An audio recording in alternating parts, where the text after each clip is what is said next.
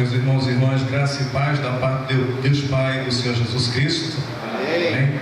Louvado seja o nome do nosso Deus, porque Ele tem nos dado a sua bondade, estarmos aqui exercendo um papel muito importante, que é a coinonia, ou seja, a comunhão. Estamos aqui em comunhão diante do nosso Deus, para, assim, com o coração aberto, expressarmos o nosso louvor, a nossa gratidão a esse Deus que é santo, que é eterno, para a honra e a glória do seu santo nome.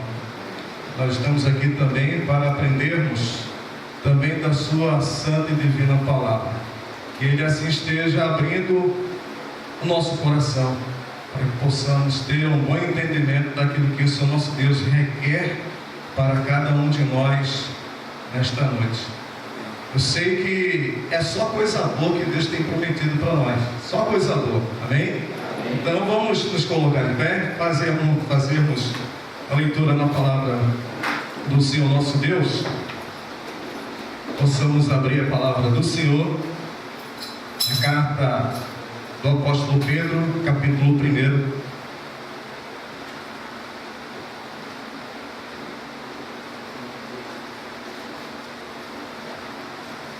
Carta do apóstolo Pedro, capítulo 1, a partir do versículo 1 até o versículo 9.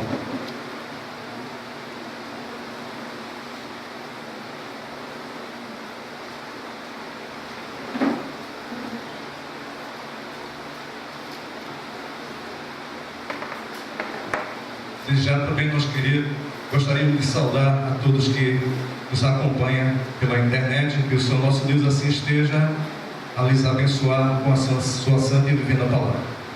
E diz assim a palavra do Senhor: Pedro, apóstolo de Jesus Cristo, aos eleitos que são forasteiros da dispersão no Ponto, Galácia, Capadócia, Ásia e Bitínia, eleitos segundo a presciência de Deus Pai, em santificação do Espírito para a obediência e a aspersão do sangue de Jesus Cristo, graça e paz vos sejam multiplicadas.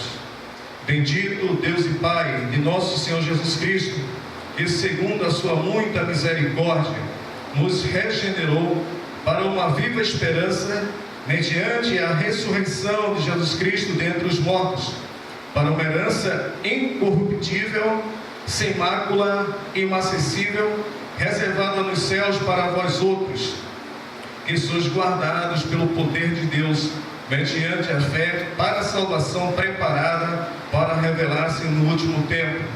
Nisto exultais, embora no presente, por breve tempo, se necessário, sejais contristados por várias provações, para que, uma vez confirmado o valor da vossa fé, muito mais preciosa do que o ouro perecível, mesmo apurado por fogo, redunde em louvor, glória e honra na revelação de Jesus Cristo, a quem, não havendo visto, amais, no qual não vendo agora, mas crendo, exultais com alegria indizível e cheia de glória, obtendo o fim da vossa fé, a salvação da vossa alma. Que o Senhor nosso Deus aplique a sua santa palavra ao nosso coração.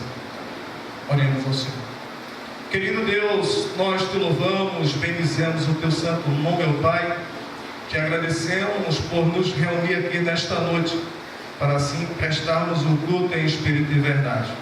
Te pedimos que, por intermédio do teu Santo Espírito, que o Senhor esteja a esclarecer a tua palavra, meu Pai, aquilo tudo de bom que tem reservado na tua palavra para os teus santos, os teus eleitos, ó Pai.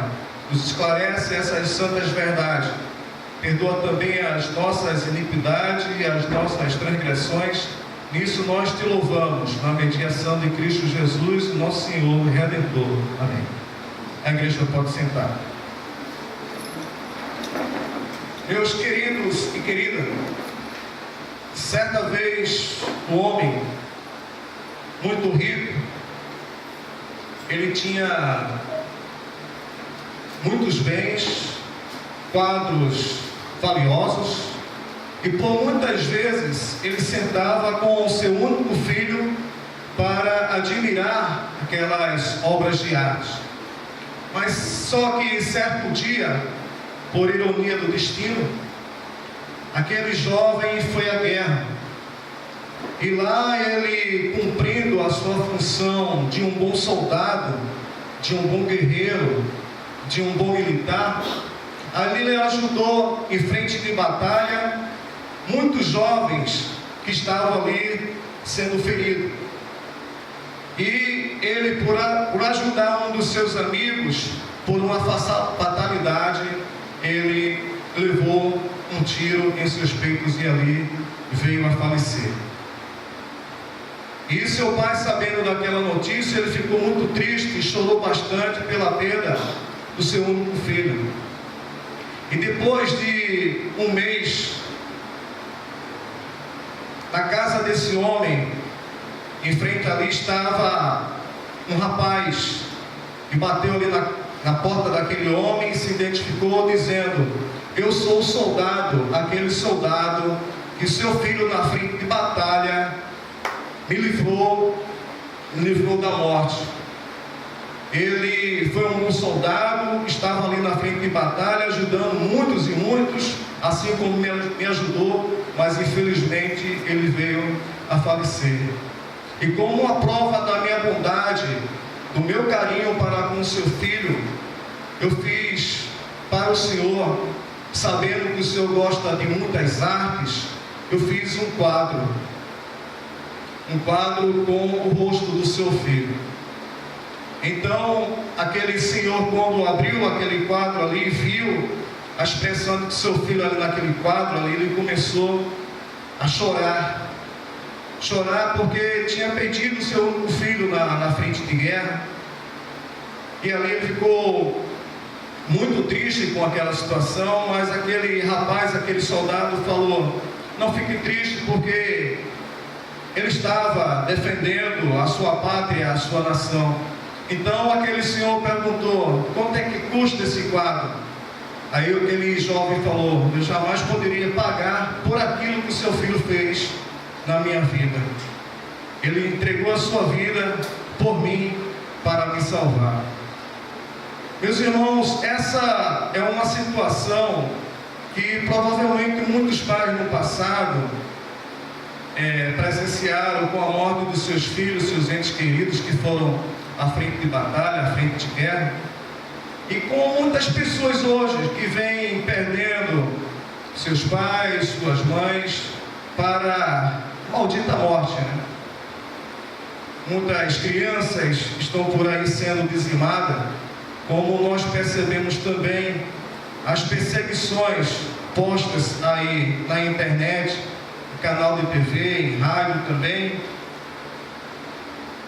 Muitos cristãos morrendo ali no Oriente e em muitos cantos lá na África também, por amor ao nosso Senhor e Salvador Jesus Cristo. E analisando essa carta do apóstolo Pedro, os irmãos estavam passando por muitas tribulações, muitas e muitas dificuldades, provações essas que eram provações advindas de Deus. Muitos daqueles irmãos estavam perdendo seus bens estavam sendo arrestados, ou seja, estavam sendo tomados, pessoas sendo mortas da família, principalmente quando a pessoa dizia que era judeu, mas agora estava dizendo que estava seguindo ao Senhor Jesus Cristo. Seus bens estavam sendo tomados, ou seja, havia muitas e muitas dificuldades e provações na vida daqueles irmãos, ao qual o apóstolo Pedro escreve esta carta. Mas só que ele escreve não só para falar daquelas provações que aqueles irmãos estavam passando, ele escreve para confortar o coração daqueles irmãos em Cristo Jesus, confortar nas bênçãos que Deus tem preparado para a vida daqueles irmãos. E assim, irmão ou irmã, não sei qual a sua situação hoje, como você entrou aqui nesse tempo, não sei qual a sua situação, se você está passando por alguma dificuldade, alguma provação, saiba disso e saia daqui entendendo que Deus tem preparado muitas coisas boas para todos nós. Nós iremos fazer análise nesta carta do apóstolo Paulo, versículo a versículo, que o Senhor, assim, através do seu Santo Espírito, venha nos dar um bom entendimento. Aqui no primeiro versículo, o apóstolo Pedro, ele se identifica, que ele é apóstolo do Senhor Jesus Cristo. Ele foi comissionado pelo Cristo, pelo Senhor Jesus Cristo, para uma grande missão de levar o seu santo evangelho para muitas pessoas. Então o apóstolo Pedro, ele foi, pregou para muitas e muitas pessoas se converteram, como a gente vê aqui, 5 nações, já no primeiro versículo, a qual ele escreveu. Esta carta aqui a gente percebe que é uma carta geral, né? O apóstolo, ele se identifica, apóstolo Pedro, apóstolo de Jesus Cristo, aos eleitos que são forasteiros. Ele vai falar das condições daqueles irmãos, as quais ele escreveu, né? Ele fala, aqueles irmãos que eles eram eleitos. Eles eram eleitos por quem? Eleitos pelo próprio Deus. Ou seja, que o Senhor nosso Deus tinha tirado aqueles irmãos de uma grande massa. Ou seja, foram eleitos pelo próprio Deus para a sua honra, para a sua glória e para o seu louvor, pela sua soberana vontade. Eles eram eleitos. Aqui nós percebemos uma condição espiritual, a quais aqueles irmãos eram, porque eleitos. Aqueles irmãos também eram forasteiros da dispersão, ou seja, aqueles irmãos estavam em várias localidades. E essa palavra aqui, dispersão, diáspora, poderia se referir a vários fatores, pode se referir a vários fatores. Uma, que quando Israel foi invadida no ano de 722 pelos assírios, muitos judeus foram dispersos, saíram da Palestina, saíram de Israel e foram para muitas localidades, principalmente para a Síria, né? Quando foi atacado pelo poder assírio, muitos foram levados para a Síria. E também no ano de 586 a.C., o Império Babilônio também invadiu a Israel, a Judá. E ali muitos foram levados para a Babilônia, mas só que o rei Nabucodonosor, ele fazia um sistema chamado caldeamento, ou seja, ele pegava muitas nações e eles, uma nação, e aquela nação ele distribuía para as outras nações, para que aquela nação perdesse o seu costume e perdesse também os seus valores. E também nós podemos analisar no capítulo 8 de Atos, do livro de Atos, do livro de História de Atos, quando, depois da morte de Estevão, houve uma grande perseguição na igreja de Cristo Jesus. Então aqueles irmãos estavam ali distantes, provavelmente, da sua pátria, porque o apóstolo vai falar que eles estavam dispersos, né, num ponto, na Galácia, na Capadócia, Ásia e Bitínia, ou seja, 5 regiões distantes lá de Israel, lá na Palestina também. Então, provavelmente, o apóstolo estava chamando aqueles irmãos que eram forasteiros, e no capítulo 2, no versículo 11 também, ele vai dizer assim: amados, exorto-vos como peregrinos e forasteiros que sois.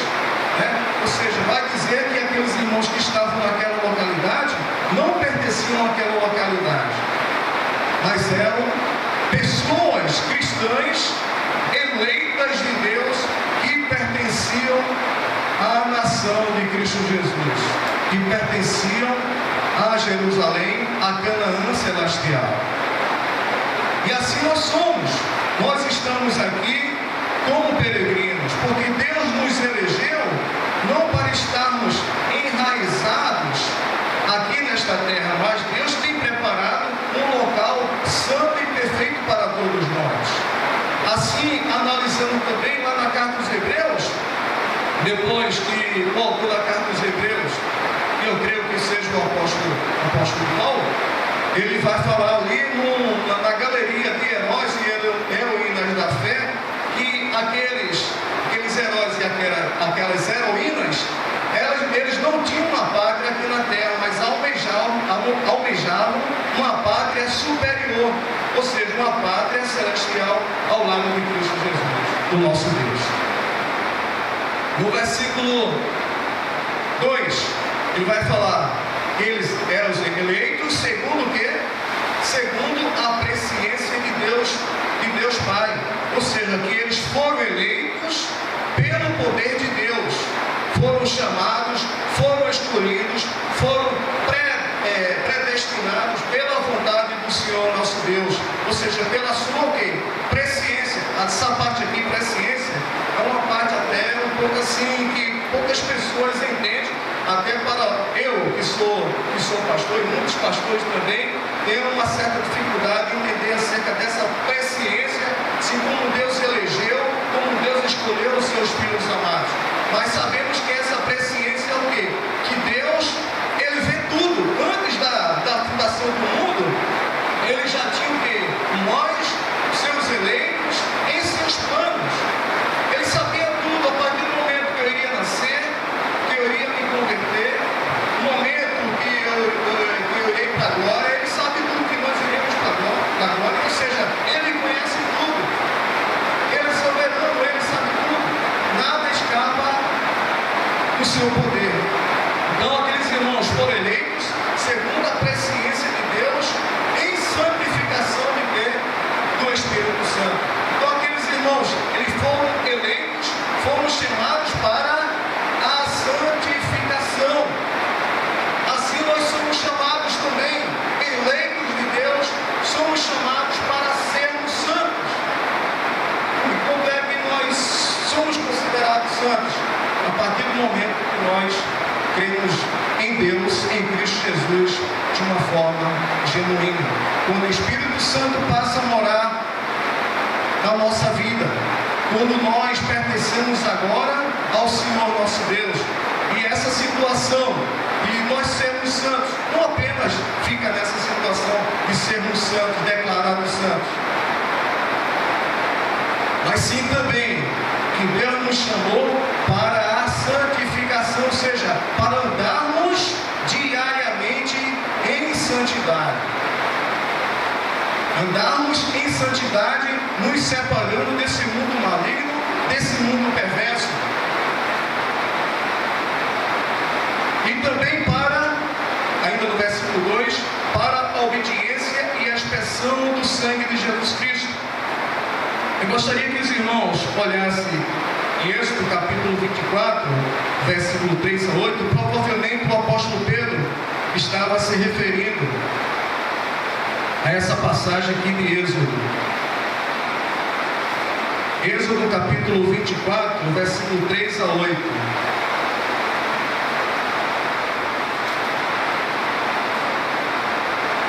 Que diz assim: veio, pois, Moisés e referiu ao povo todas as palavras do Senhor e todos os estatutos. Então todo o povo respondeu a uma voz e disse: tudo o que falou o Senhor faremos. Moisés escreveu todas as palavras do Senhor, e tendo-se levantado pela manhã de madrugada, erigiu um altar ao pé do monte e 12 colunas, segundo as 12 tribos de Israel. E enviou alguns jovens dos filhos de Israel, os quais ofereceram ao Senhor holocausto e sacrifícios pacíficos de novilhos. Moisés tomou metade do sangue e o pôs em bacias, e a outra metade aspergiu sobre o altar. E tomou o livro da aliança e o leu ao povo. Eles disseram: tudo o que falou o Senhor faremos e obedeceremos. Então tomou Moisés aquele sangue, o aspergiu sobre o povo e disse: eis aqui o sangue da aliança que o Senhor fez conosco a respeito de todas estas palavras. Ou seja, aqui, meus irmãos, a gente vê Moisés lendo a palavra de Deus, e aquele povo que estava ali presente falou de que realmente iriam obedecer a palavra do Senhor. Então ali ele aspergiu sangue sobre aquele povo. Provavelmente aqui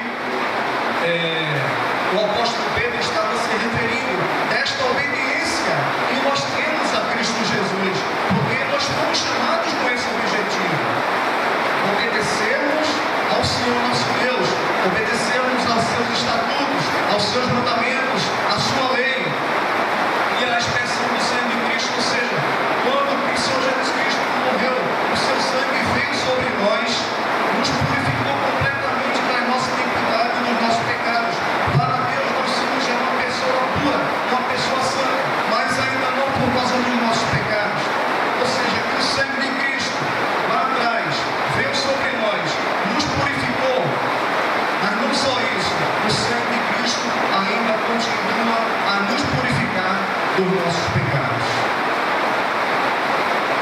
Ele vai falar ainda que, meus irmãos, vocês que estavam passando por essas provações, observem isso que está acontecendo na sua vida. Vocês são eleitos de Deus, né?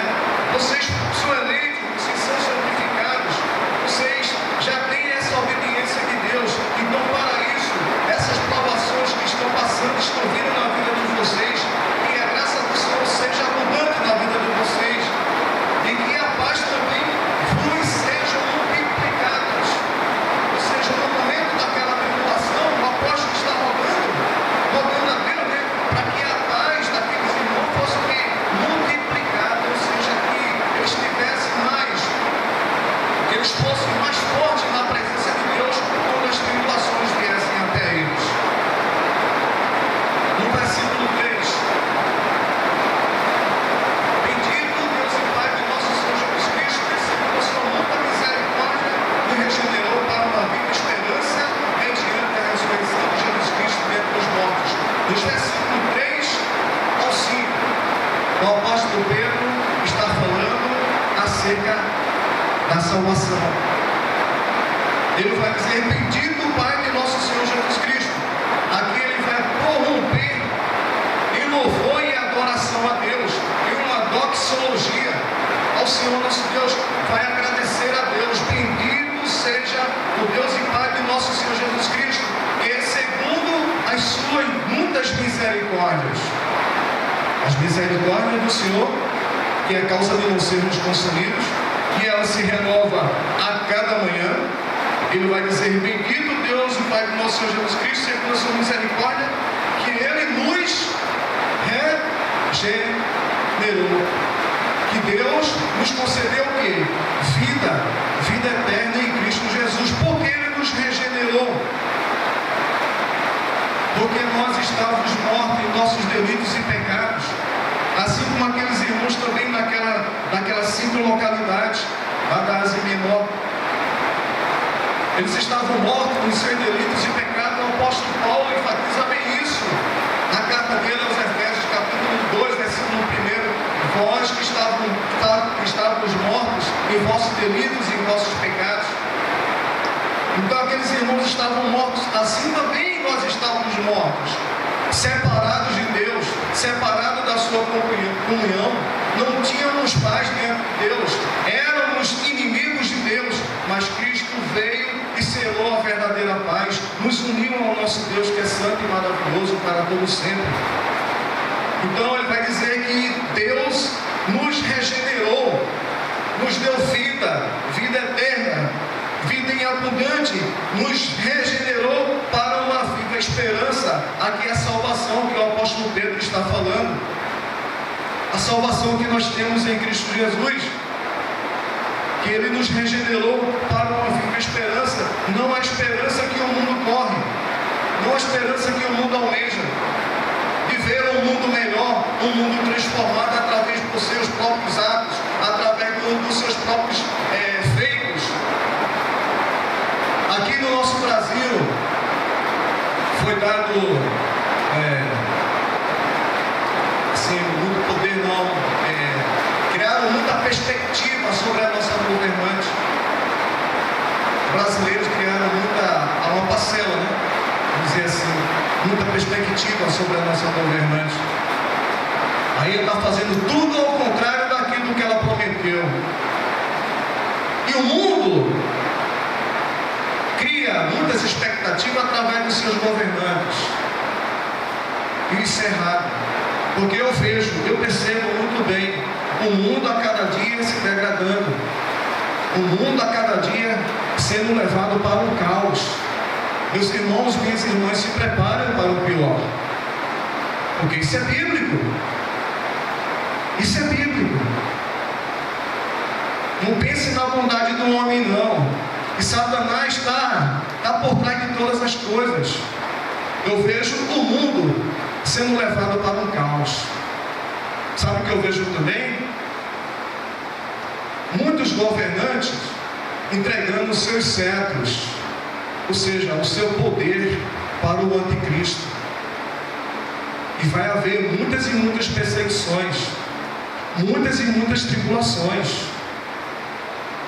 Se preparem para isso. E nós já percebemos, né? Como eu falei, como eu mencionei aqui, muitos irmãos muitos cristãos, né? Nossos irmãos sendo crucificados, mortos, criancinhas também sendo mortas. A cada dia está ficando pior. E qual é a sua esperança? Qual a sua esperança? A nossa viva esperança é em Cristo Jesus, nessa salvação de termos um mundo completamente redimido, transformado, um mundo glorificado, com os filhos amados de Deus. É só a bênção de Deus que Deus tem reservado para nós. Vamos olhar o texto? Então Ele nos regenerou para uma viva esperança mediante o quê? A ressurreição de Jesus Cristo dentre os mortos. Nós só poderíamos ter essa bênção, essa viva esperança, essa salvação, por causa de uma ação de Cristo lá no passado. Ele morreu, mas a morte não foi capaz de detê-lo. Ao terceiro dia, ele ressuscitou. Uma ação dele que ocorreu lá no passado nos atingiu de uma forma em cheio. A salvação que nós ganhamos em Cristo Jesus. É por isso que nós somos regenerados. É por isso que nós temos essa salvação em Cristo Jesus. Por causa da sua ressurreição dentre os mortos. No versículo 4, que Ele nos regenerou para o quê? Para uma herança. Que herança é essa que o Senhor nosso Deus nos deixou para todos nós? A herança é a herança da salvação, né? O apóstolo Pedro está falando aqui, ele nos deixou uma herança. Ou seja, para que haja uma herança, tem que haver o quê? Um testador. O testador tem que morrer para deixar essa herança. O Senhor Jesus Cristo, Ele morreu, né? E nos deixou essa herança, a herança da salvação. Ele vai falar as características dessa herança, né? Essa salvação, Ele nos regenerou para uma viva esperança, para uma herança incorruptível. Que essa herança, ela não se deteriora, ela não está presa ao tempo. Apesar que a palavra aqui, imagine só essa palavra aqui, incorruptível, é como se fosse um exército que ele vem para conquistar determinado terreno, mas depois vem outro exército e conquista aquele exército. Esse exército hostil vai embora da face daquela terra, daquela localidade. Ou seja, o exército hostil desaparece para todo sempre. Ou seja, não foi isso que aconteceu com Adão e Eva, lá no Jardim do Éden. O mal não chegou para aquele casal. O mal não adentrou ali no jardim e ali de uma forma horrenda fez um grande estrago. O maldito pecado que está sobre a humanidade. Mas Satanás e suas hostes jamais irá penetrar novamente aquilo que Deus tem reservado para todos nós. A salvação é eterna. Jamais poder demoníaco jamais poderá penetrar nesse local reservado para todos nós que cremos em Cristo Jesus. Essa é a nossa esperança, irmãs. Então esse local, essa herança, essa salvação, ela é incorruptível, sem mácula, sem pecado nenhum. Não haverá mais pecado quando nós estivermos com Cristo para todo sempre. Não haverá mais pecado. Só amor e só alegria, só adoração, só louvor ao nosso Deus. Amém? Só coisa boa, né? Vamos mais adiante. Então, essa herança é incorruptível, sem mácula e inacessível. Imagine só, o pastor daqui a pouco Samuel está na cena, né? Ele vai a uma floricultura, comprar um ramalhete de flores e leva para sua amada esposa. É isso que você vai fazer, pastor? Espera, um ramalhete de flores bonito, né, para a esposa. Mas só que daqui a uma semana praticamente aquele ramalhete de flores já não é mais o mesmo, né? Ou seja, murchou, jogar fora. Aqui é a palavra também que essa salvação jamais murchará, porque não está presa ao tempo. Ou seja, meus irmãos e minhas irmãs, o que o apóstolo Pedro está dizendo aqui, que essa salvação que nós temos em Cristo Jesus, ela é impermeável. Impermeável. Não sofrerá qualquer ação do maligno, do inimigo, do pecado, da morte, de Satanás, de ninguém, né? De ninguém, porque essa salvação que Deus tem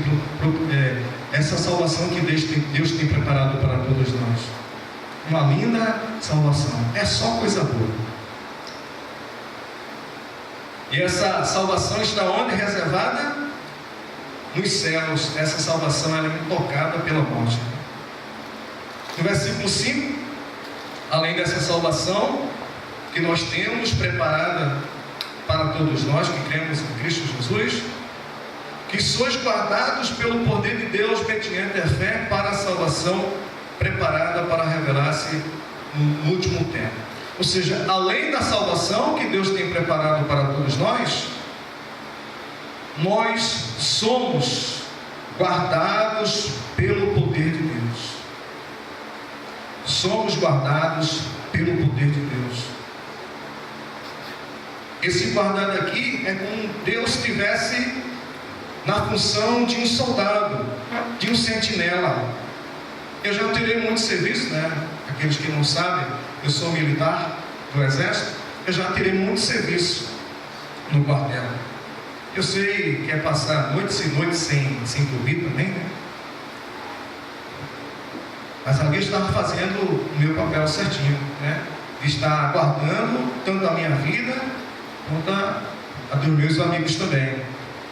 E aqui o Senhor nosso Deus está guardando a nossa vida. Vocês estão lembrados do Salmo 121? Eleva os meus olhos para os montes, de onde virá o socorro. Meu socorro vem do meu Senhor, que criou os céus e a terra, né? Não deixará que o teu pé vacile.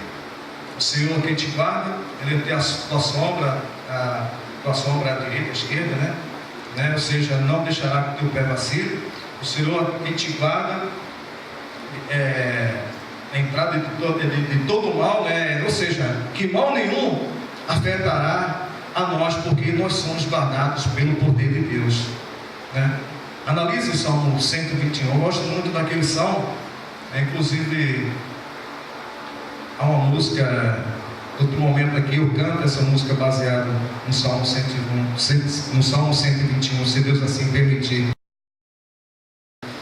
Então, que nós somos guardados pelo poder de Deus, ou seja, nós somos guardados, e observe também na carta de Paulo aos Efésios, capítulo 1, ele vai falar duas coisas importantes, capítulo 1, versículo 13 e 14.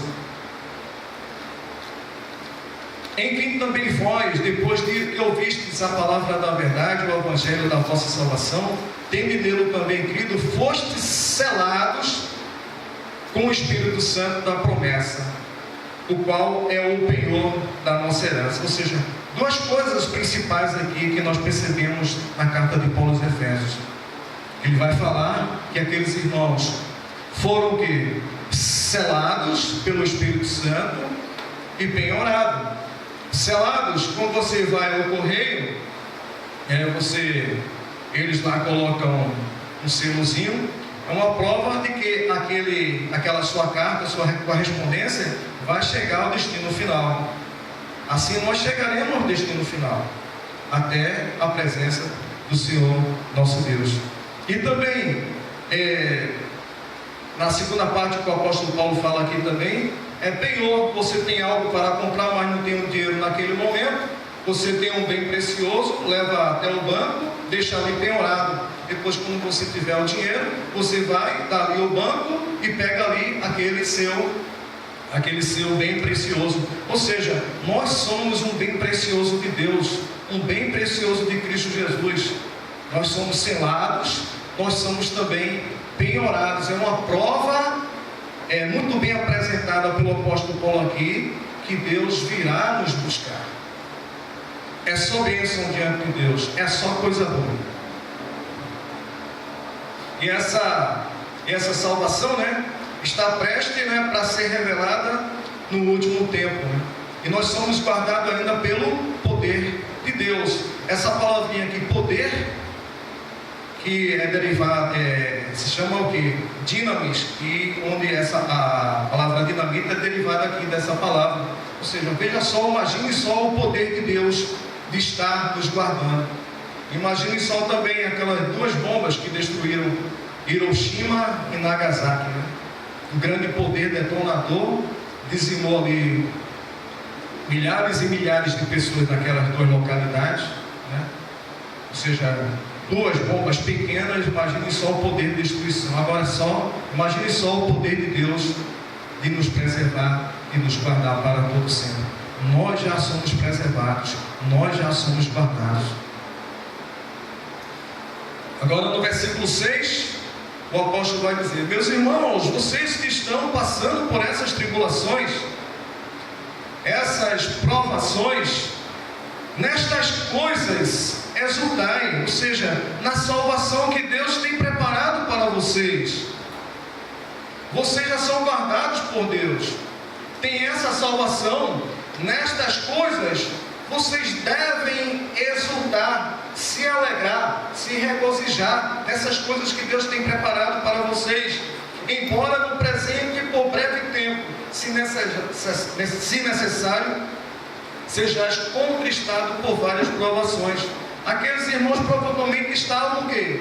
Tristes, porque estavam passando por várias e várias provações.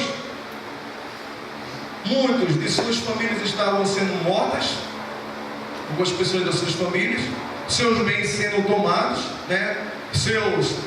as suas propriedades, seu trabalho.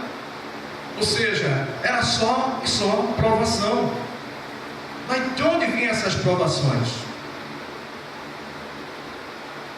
Vinha do próprio Deus, porque Deus nos prova por um breve tempo, não além das nossas capacidades. Deus nos prova na medida certa. Por que isso, meu irmão e minha irmã? Por que Deus nos prova? Para sabermos o quanto somos fiéis a Ele. Ele nos prova também, Ele faz com que nós venhamos a perder os nossos bens, ou seja, tudo aquilo que nós temos de mais precioso aqui na terra. Ele faz isso. É para provar realmente a nossa fidelidade a Ele, para saber também que a coisa mais importante que nós temos é o próprio Deus, aquilo que Ele nos concedeu, a sua salvação. É por isso que Ele nos prova.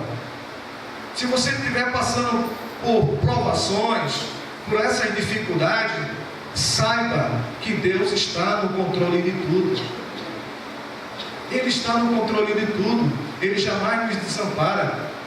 Ele tem algo muito preparado para todos nós, melhor do que aquilo que nós vemos aqui entre nós. Melhor do que aquilo que nós temos aqui entre nós. Deus é nosso bem precioso. Então nisso exultais, embora no presente por breve tempo, se necessário, seja contristado por várias provações, para que, uma vez confirmado o valor da vossa fé, muito mais preciosa do que o ouro perecível, mesmo apurado por fogo, redunda em louvor, glória e honra na revelação de Jesus Cristo. Ou seja, aqui ele está falando da fé que nós temos nele. A nossa fé é necessário ser provada para saber o valor que a fé tem para o Senhor nosso Deus. Então ele prova a nossa fé. A fé, ela é o quê? Um instrumento que me une a Deus. E o apóstolo Pedro está falando aqui que a nossa fé, ela é o quê? Mais preciosa do que o ouro. O ouro, como ele vai dizer aqui, que é um bem precioso para a humanidade, ele vai dizer que é uma coisa perecível. E Deus está provando a nossa fé, assim como se depura o ouro. O ouro, ele para ser puro, ele tem que passar por um processo de refino pelo fogo. Agora o apóstolo Pedro, ele vai dizer, no versículo 12 do capítulo 4, amados, não estranheis o fogo ardente que surge no meio de vós, destinado a provar-vos como se alguma coisa extraordinária estivesse acontecendo. Ou seja, meu amado irmão, minha amada irmã, se vier alguma provação do Senhor nosso Deus na vossa vida, não estranheis. Não estranhe essa aprovação que vem de Deus. Porque Deus quer nos fazer mais o quê? Mais rígido diante dele. Ele quer provar se realmente nós somos seus filhos, né? Seus filhos amados. Porque aqueles que não são, quando vem a primeira aprovação, vai embora, foge da igreja. Eu não quero essa vida para mim. Eu creio que hoje em dia, devido a essas perseguições que estão acontecendo na África, no Oriente, em muitas partes do mundo, muitas pessoas estão negando a fé, porque nunca conheceram a Cristo Jesus genuinamente. Quando vem a provação da sua vida, eles correm, não quero isso para a minha vida não. Não quero isso para a minha vida não. Mas um cristão genuíno, verdadeiro, Deus lhe dá força, Deus lhe capacita para aquele momento ali de dificuldade e de provação. A partir do momento que ele dá a provação, ele dá a dificuldade, as tribulações. O apóstolo Paulo vai dizer, se não estou enganado, é a primeira carta ou a segunda carta dele aos Coríntios, acho que é a segunda carta, ele vai dizer que Deus assim nos dá o escape.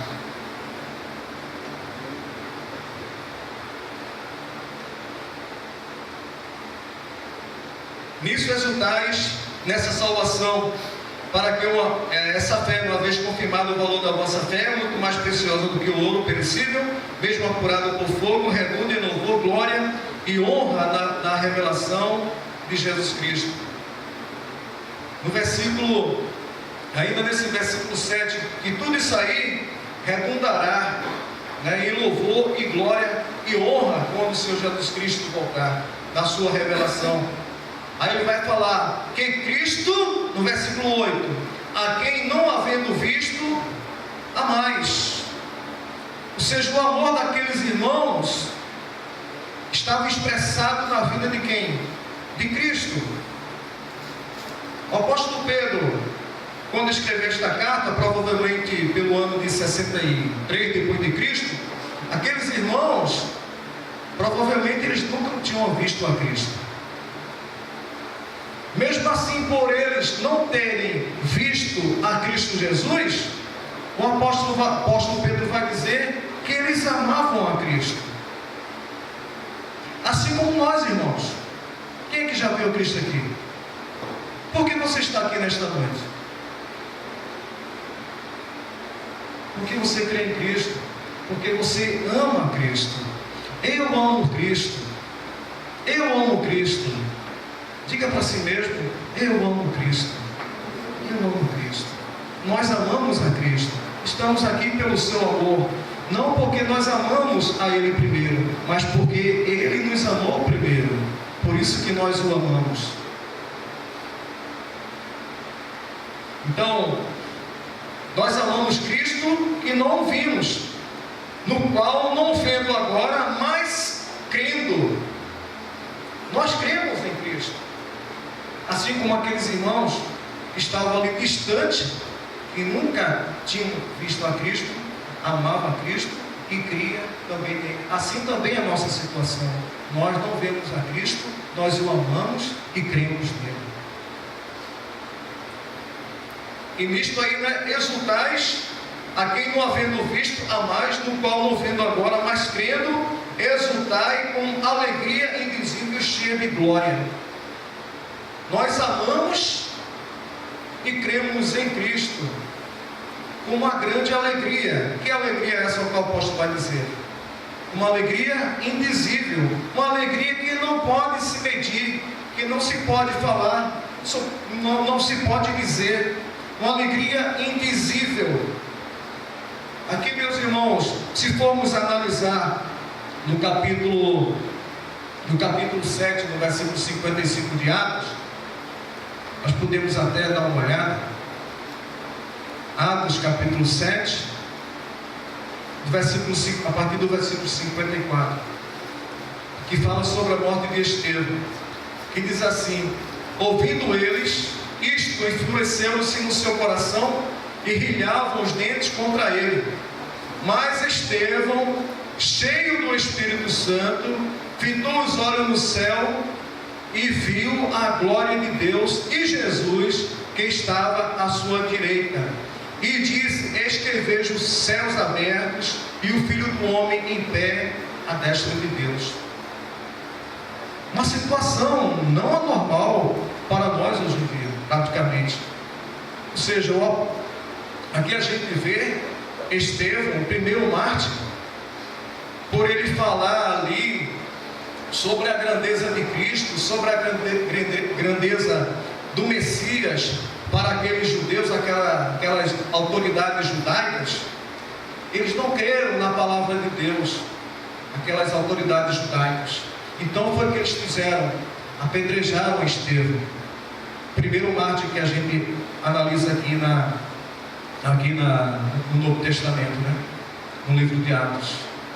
Ou seja, Estevão morreu por amor a Cristo, mas ele mesmo estando ali padecendo, porque depois ele morreu, né? Padecendo ali, sendo apedrejado, ele estava ali glorificando a Deus, vendo a glória de Deus, vendo Cristo assentado à direita de Deus Pai.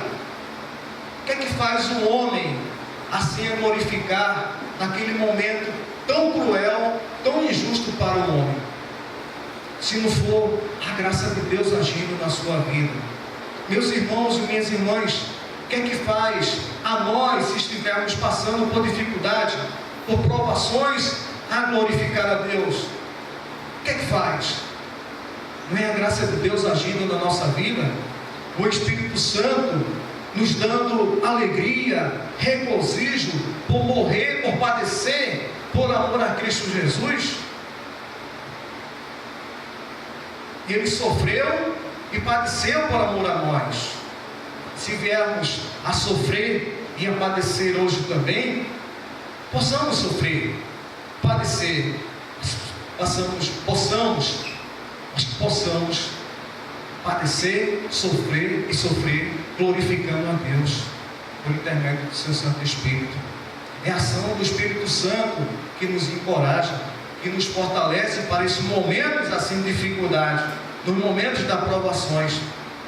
É sabido também que há muitos cristãos que jamais experimentou também esse prazer de Deus naquele momento de dificuldade.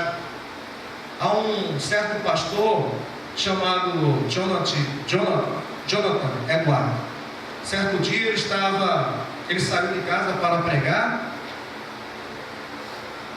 em uma determinada igreja, e ele estava meditando nas coisas de Deus, no sofrimento de Cristo, na sua glória, na salvação de Deus. Ou seja, nisso que nós percebemos hoje também. E só que de repente ele ficou ali extasiado. Ele estava em cima de um cavalo, o cavalo saiu, ele ficou 2 horas perdido. Depois ele voltou para sua casa. Ele conta esse relato, que ele ficou extasiado com as coisas de Deus. Não sei se já aconteceu isso na sua vida, de você ficar extasiado, você ficar com o coração ardendo em chamas mesmo pelas coisas de Deus, pelas coisas de Cristo, pela salvação. Talvez é mais fácil, né, meus irmãos?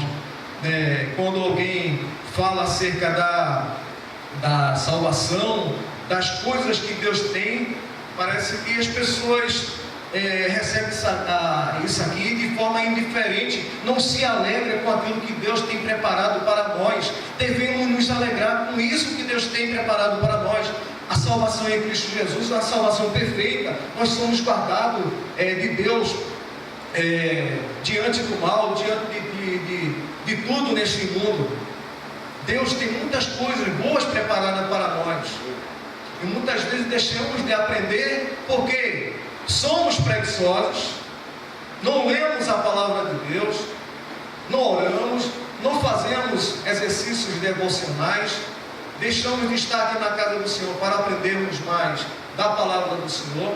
Pastor Hélio tem ensinado aqui na primeira carta aos Tessalonicenses sobre a ressurreição, como é que fica o nosso estado depois da morte, antes da morte, e assim, ou seja, ele está falando e só coisas boas. E muitas vezes deixamos de estar na casa do Senhor para aprendermos essas coisas, para estarmos em casa assistindo TV ou fazendo qualquer coisa.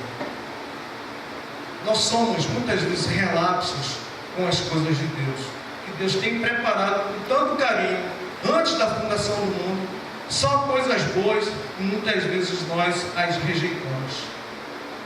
Sejamos sinceros para com o outro.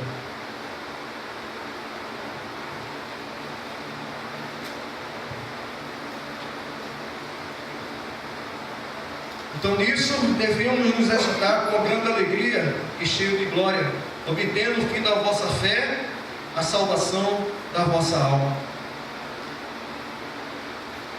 Aqui o apóstolo Pedro está falando acerca da salvação, a salvação da nossa alma. Até o Senhor Jesus Cristo falou que uma alma não se compara a nada nesse mundo. Uma alma é muito preciosa para o Senhor nosso Deus. E quando uma alma se converte, ao que nos céus? A alegria, a regozijo. Então, meus amados irmãos, aqui está um grande relato da salvação que Deus tem para todos nós.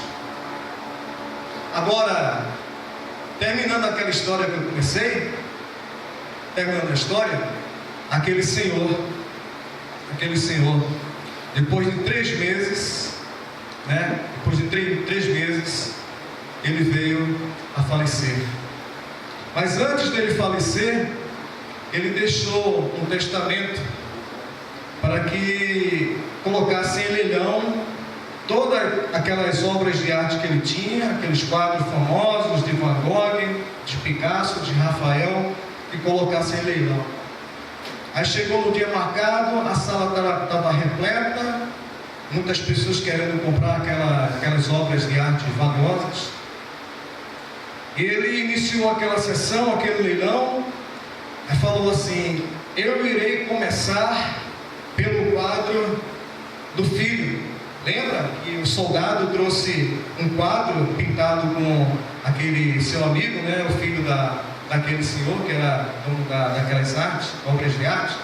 Então eu vou começar com esse leilão, com esse quadro aqui, o filho. Aí as pessoas ficaram indignadas. Nós não queremos esse quadro.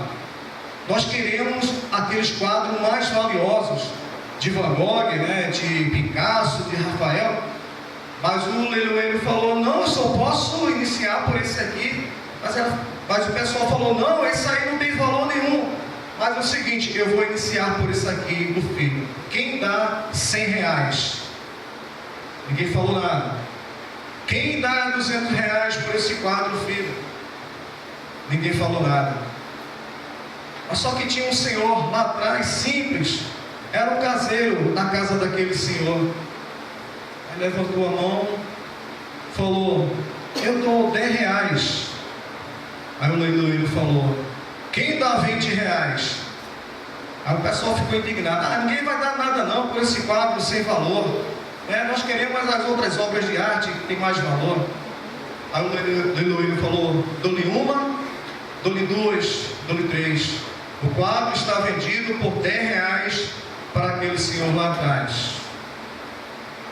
Aí só que a partir do momento que ele terminou o leilão com aquele quadro ali, ele encerrou toda a sessão. Aí ele falou: aqueles que estão aqui presentes aqui encerram a sessão, não haverá mais leilão. Aí o pessoal ficou indignado, né? O que aconteceu? Foi que houve aí? Por que as outras obras de arte? Aí ele falou o seguinte: o senhor que mandou fazer esse leilão, ele me pediu sigilo para que não fosse falado nada antes do leilão. Mas quem adquirisse aquele quadro, o filho levaria todas aquelas obras de arte. Todos aqueles bens estavam ali em poder daquela pessoa que arrematou aquele leilão por R$10. Ou seja, uma quantia irrisória, R$10 comparado àquela fortuna que aquele homem tem. Ou seja, quem tem o filho tem a herança. Quem tem aquele quadro do filho levava toda aquela herança. É o que eu quero dizer, meus irmãos, com isso aí. Que quem tem ao Senhor Jesus Cristo, tem essa herança prometida nos céus. Herança que Deus deixou de muito valor para nós. Uma herança incorruptível, imperecível, que não murcha, que não está presa ao tempo, pela ação do tempo. Ou seja, é só bênção que Deus deixou para todos nós em Cristo Jesus. Essa salvação que Deus deixou, além dessa salvação, nós somos guardados, preservados pelo poder de Deus para todo sempre. Então, se você estiver passando provações, alguma dificuldade na sua vida, glorifica a Deus que está nos céus. Ele quer nos desarraigar daqui dessa terra. Essa terra que um dia irá passar, fogo irá ser destruída, e nós estaremos o tempo todo com Cristo para todo sempre. Já não haverá guerra, já não haverá mais prantos, ranger de dentes, nem a maldita morte. Só haverá paz e amor no reino de Deus, porque assim a palavra de Deus é expressa para todos nós. Que o Senhor, assim nosso Deus, nos abençoe, porque nós temos essa herança já em Cristo Jesus. Que possamos nos alegrar diante das provações, diante das dificuldades do nosso dia a dia, sabendo que Cristo e o Senhor nosso Deus está conosco para todo sempre. Amém? Que Deus assim nos abençoe.